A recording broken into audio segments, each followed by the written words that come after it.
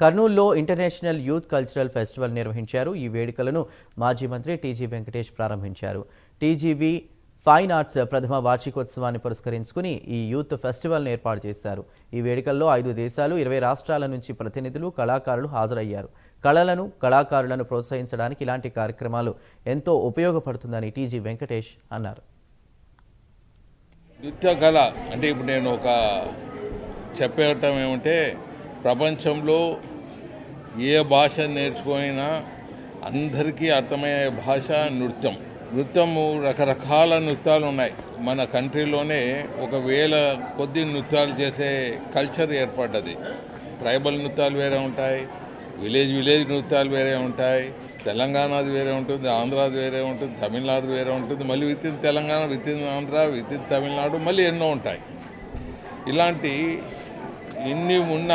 ఇన్ని భాషలున్నా మన దేశంలో, ప్రపంచంలో వేలాది భాషలున్నా అందరికీ అర్థమయ్యేది నృత్యం.